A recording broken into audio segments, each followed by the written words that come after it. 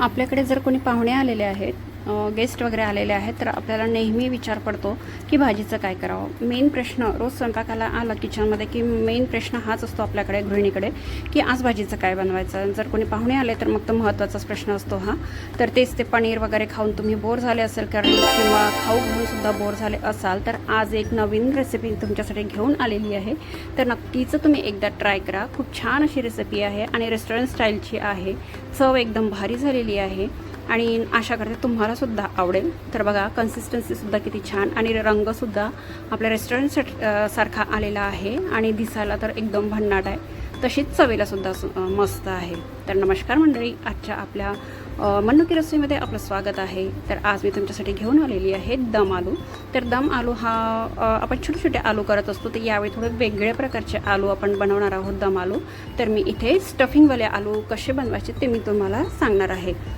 स्टफिंगवाले दम आलू. तर त्यासाठी काय करायचं आहे, आपल्याला असे आलू घ्यायचे आहे, जे असे थोडे लांबसर आकाराचे घ्यायचे. गोल आलू नाही घ्यायचे, लांबसर घ्यायचे, कारण आपल्याला याला पूर्ण आतमधून पोकळ करायचे आहे. त्यासाठी आपल्याला असे लांबसर घ्या आणि खूप मोठा आलू घेऊ नका, मीडियम साईजचा घ्या. खूप छोटा नको किंवा खूप मोठा पण नको. आणि त्याच्यावरचे शिलटे काढून घ्यायचे, शिलून घ्यायचं आहे. आणि त्यानंतर जे आलू छिलणी असते ना, त्या छिलणीच्या साहाय्याने व्हिडिओमध्ये दाखवल्याप्रमाणे तुम्ही गोल गोल करून त्यामधलं पूर्ण आलू म्हणजे आलूचं काढून घ्यायचं आहे. त्याला पोकळ करायचं आहे. जसं शिमला मिरची वगैरे आपण भरवी शिमला मिरची करतो ना, तेव्हा कसं आपण पूर्ण बिया त्यातल्या काढून घेतो, त्याच प्रकारे. पण इथे बी नाही आहे, आलूच्या आतमधलं पूर्ण आपल्याला काढून घ्यायचं आणि याला असं होलसारखं करायचं आहे. तर अशा आणि खूप छान अशी रेसिपी बनते, खूप छान टेस्ट येते आणि घरच्या साहित्यात अगदीच कुठलेही खडे मसाले वापरणार नाही आहो. तर या प्रकारे आपण बाकी सर्व आलूसुद्धा असे गोल गोल करून त्याला छान आतमधून पोकळ करून घ्यायचं आहे. आणि थोडं म्हणजे आरामात करायची ही प्रोसेस. जर आपण घाईघाईने किंवा लवकर करायला गेलं तर आलू हे तुटतील या प्रकारे. तर बघा, असं पूर्ण पोकळ झालेलं आहे. आणि त्यानंतर काय करायचं, याला परत एकदा धुवून घ्यायचं आहे, कारण आलूला स्टार्च असतो. तर त्याला 1-2 पाण्याने छान स्वच्छ धुवायचे आहे, आतमधून पण छान धुवून घ्यायचे आहे या प्रकारे. आणि पाण्यामध्येच टाकून ठेवायचे, नाहीतर लगेचच आलू काळं पडतात. ठीक आहे. त्यानंतरची प्रोसिजर काय आहे, तर एका कढईमध्ये आपण पाणी घ्यायचं आहे. पसरट भांड्यात घ्या पाणी. तर मी इथे ॲल्युमिनियमच्या कढईमध्ये पाणी घेतलेलं आहे. बॉईल झालं की त्यामध्ये थोडं मीठ टाका.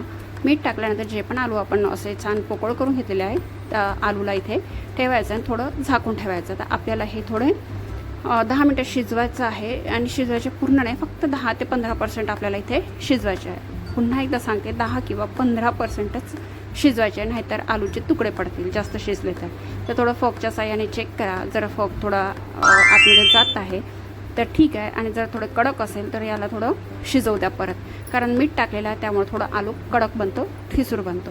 त्यानंतर बघा, 5 मिनटानंतर चेक केला तर फोक आतमध्ये जात आहे, म्हणजेच ते आपले थोडे कुक झालेले आहे.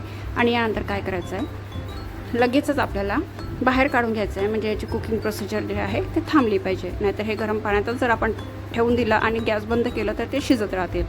त्यानंतर काय करायचे, आपल्याला फिलिंग करायची. मी म्हटलं तुम्हाला की भरलेले आपण दम आलू करू, तर त्यासाठी आपल्याला एक फिलिंग तयार करावी लागेल. तर त्यासाठी मी इथे 2 आलू बॉईल करून घेतलेले आहे. तुम्ही हे फिलिंग पनीरचीसुद्धा वापरू शकता. तर पनीर इथे म्हणजे पनीरसुद्धा किसून घेऊ शकता. मी आलू किसून घेतलेले आहे. तिथे एक बारीक चिरलेला कांदा टाकलेला आहे, 3 ते 4 हिरवी मिरची, अर्धा चम्मच इथे काश्मीरी लाल मिरची घेतलेली आहे, कारण की तिखट म्हणजे मिरची टाकली म्हणून तिखट कमी वापरायचं. आणि बाकी बेसिक मसाले जसं तिखट आहे, हळद आहे, धनिया पावडर आहे, गरम मसाला आहे, अर्धा चम्मच टाकायचं आहे सगळं. आणि त्यानंतर अर्धा चम्मच आपण कसुरी मेथी टाकायची आहे आणि खूप सारासा सांबार टाकायचा आहे. त्यानंतर याला छान मिक्स करून घ्यायचं आहे. तर या प्रकारे आपली फिलिंग तयार झाली. सेम प्रोसिजरने तुम्ही इथं आलू शिवाय तुम्ही पनीर पण वापरू शकता, ते सुद्धा बेस्ट आहे. आणि त्यानंतर काय करायचं आहे, तर आलू जे आपण शिजवून घेतलेले होते त्या आलूमध्ये हे फिलिंग भरायची आहे. तर आलू आधीच चिकट असतो, थोडा स्टार्च असतो म्हणून, आणि हे आलूची फिलिंगसुद्धा थोडी चिकट आहे, त्यामुळं आपलं हे आतमध्ये पूर्ण सेट होईल, निघणार नाही. या प्रकारे आपले हे. आणि तसेच दुसरा आलू घेऊनसुद्धा आपल्याला छान याची फिलिंग भरून घ्यायची आहे. आणि मी म्हटलं होतं की थोडं हळू करायचं, तर तेच झालं माझ्यासोबत. थोडं मी जास्त फास्ट करायला लागले तर आलू खालून तुटलेला होता, म्हणजे तो पूर्णच पोकळ झालेला होता. तर यामध्ये मी दोन्ही साईडनं मग फिलिंग भरली आहे. तर या प्रकारे आपल्याला पूर्ण फिलिंग भरून घ्यायची आहे आणि खूप छान अशी ही रेसिपी बनते. परत तेच सांगते. आणि हो, जर का तुम्ही माझ्या चॅनलवर नवीन असाल किंवा चॅनलला सबस्क्राईब करायचं राहून गेलो असेल तर लवकरात लवकर जाऊन चॅनलवर जाऊन सबस्क्राईब करा आणि व्हिडिओ आवडत असेल तर लाईक करा आणि समोर सर्वांसोबत तुम्ही माझी व्हिडिओ शेअर करत राहा. तुमचा हा प्रतिसाद माझ्यासाठी खूप मोठं काम करतो. मला परत तुमच्यासाठी नवीन नवीन रेसिपी घेऊन यायला प्रोत्साहन करते. त्याचप्रकारे आपले असे व्हिडिओ तुम्हाला आवडते, तुमच्यापर्यंत पोहोचते याची मला खूप खुशी होते. त्यानंतर काय करायचं आहे, एक कढई परत घ्यायची आहे. त्यामध्ये थोडं तेल टाकायचं आहे. आधी आपले 10% हे आलू कुक झालेले होते आणि एका कढईमध्ये तेल टाकून परत याला थोडं आपण तेलामध्ये शिजवून घ्यायचे, म्हणजे फ्राय करायचे आहे ते क्रिस्पी होईपर्यंत. तर इथे मी थोडं तेल टाकलं, त्यामध्ये जिरं टाकलं आणि नंतर आलू थोडे आपण फिलिंग केलेले आलू थोडे क्रिस्पी होईपर्यंत तेलामध्ये शिजवून घ्यायचे आहे. तर या प्रकारे नंतर आपल्याला ग्रेव्हीमध्ये याला अजिबात शिजवायचे नाही आहे, म्हणून मी ही डबल प्रोसिजर तुम्हाला सांगत आहे.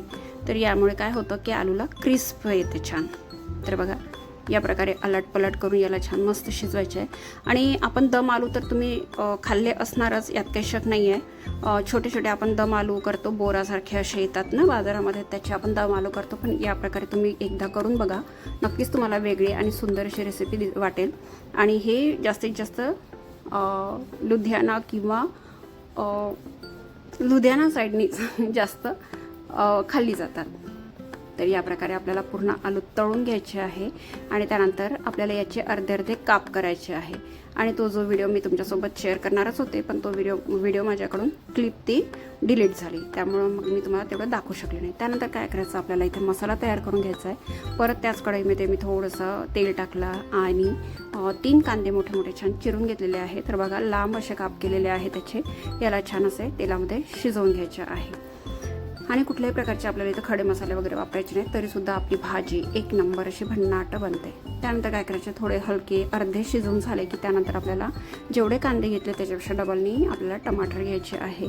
आणि जेव्हा टमाटर आणि कांदा टाकतो ना, तिथेच आपल्याला काजू किंवा शेंगदाणेसुद्धा तुम्हाला टाकायचे आहे, पण मी मगज बी टाकलेले आहेत. तर बघा या प्रकारे इथे शिजवून घ्यायचे आहे. आणि थोडं वरून मीठ टाका. मीठ टाकलं की लगेचच हे लवकर शिजलं जातं. आणि त्यानंतर ते थोडं थंड केल्यानंतर मिक्सर पॉटमध्ये टाकून आपल्याला याची बारीक पेस्ट करून घ्यायची आहे. तर या प्रकारे इथे आपली पेस्ट तयार आहे. रंगसुद्धा खूप छान आलेला आहे. आणि इथे काजू वगैरे टाकलं ना तर याची क्रीमी टेक्स्चर येतं छान. आणि त्यानंतर आपल्याला कढई घ्यायची आहे, परत दुसरी कढई घ्यायची, त्यामध्ये तेल टाकून तेल गरम झालं की त्यामध्ये जिरं टाकायचं आहे. आणि जिरं तळकलं की त्यानंतर इथे जे आपण म्हणजे बारीक करून घेतलेला मसाला होता तो मसाला टाकायचा आहे. तर या प्रकारे आपण तो मसाला पूर्ण टाकून घेतलेला आहे आणि छान याला शिजवून घ्यायचं आहे. जोपर्यंत याचं तेल सेपरेट होत नाही, तेल वेगळं निघत नाही, तोपर्यंत याला छान मस्तपैकी असं शिजवून घ्यायचं आहे. तर बघू शकता या प्रकारे. तर आता जस्ट आपण टाकलेलं आहे, तर हळूहळू हे छान शिजल्या जातील, तसतसं याचं तेल वेगवेगळं होत राहील. तर बघा या प्रकारे छान तेल वेगळं झालेलं आहे, शिजलेला आहे आपला हा मसाला. आणि त्यानंतर आता इथे काय करायचं आपल्याला, बघा कन्सिस्टन्सी पण ॲडजस्ट करायची आहे. आणि त्यानंतर आपल्याला जे बेसिक मसाले आहेत, तिखट पावडर, हळद पावडर, चवीनुसार मीठ, धनिया पावडर आणि आपलं गरम मसाला, हे सर्व टाकून आणि चवीपुरतं मीठ टाकून याला छान मिक्स करायचं आहे. आणि जे मिक्सर पॉटमध्ये आपण बारीक केलेलं होतं त्यालाच थोडं अर्धा ग्लास पाणी, त्यामध्येच अर्धा ग्लास पाणी टाकायचं आणि ते सोडून द्यायचं आहे. त्यानंतर जर तुम्हाला पातळ अशी थोडी ग्रेव्ही ठेवायची आहे, तुम्ही पाणी जास्त टाका. आणि घट्ट ग्रेव्ही ठेवायची आहे तर पाणी कमी टाका.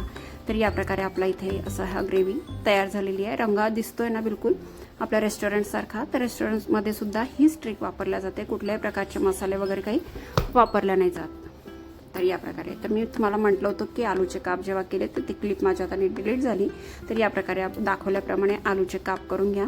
आणि ते ग्रेव्ही जेव्हा जास्त शिजून जातं, पूर्ण शिजून जाते, बंद व्हायच्या वेळेस आपल्याला ते आलूचे काप इथे टाकायचे आहे ना. वरून थोडी 1 चम्मच कसुरी मेथी टाकायची आहे आणि त्यानंतर सांबार टाकायचं आहे. तर चला सर्व करून घेऊया.